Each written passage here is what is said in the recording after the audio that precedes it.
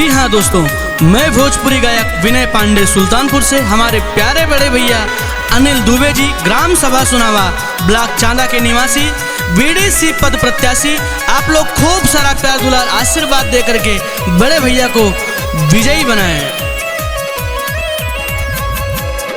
अनिल दुबे भैया, अनिल दुबे भैया के जीत के तिलक लगाई दिया, सदस्य बनाई दिया हो।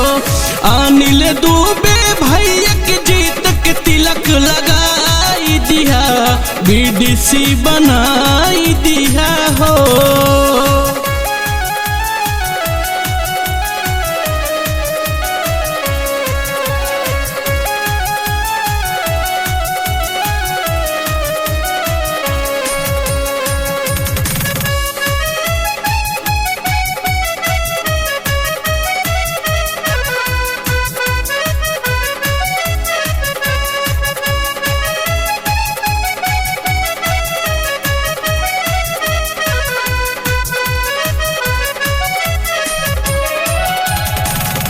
गाँव सुनावा ब्लॉक चांदा के शान हो, घर घर गाली गाली गूंजे इनका नाम हो।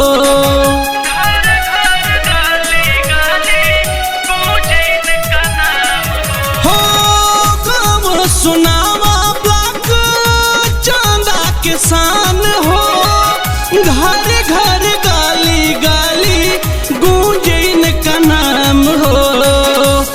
इनके काम के चर्चा, इनके काम के चर्चा चाचा चाची कराई दिया, सदस्य बनाई दिया हो।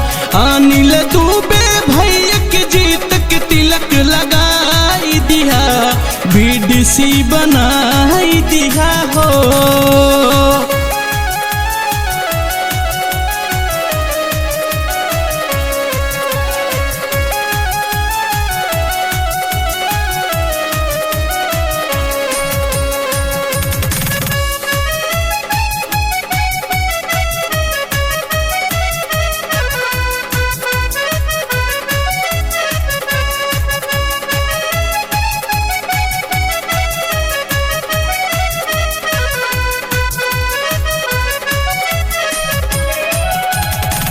खूब ही विकास होई मन मोर बात हो।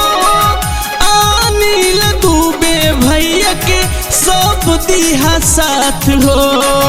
अनिल दुबे भैया के सब दिहा साथ हो। खूब ही विकास होई मन मोर बात हो। अनिल दुबे भैया के सब दिहा साथ हो।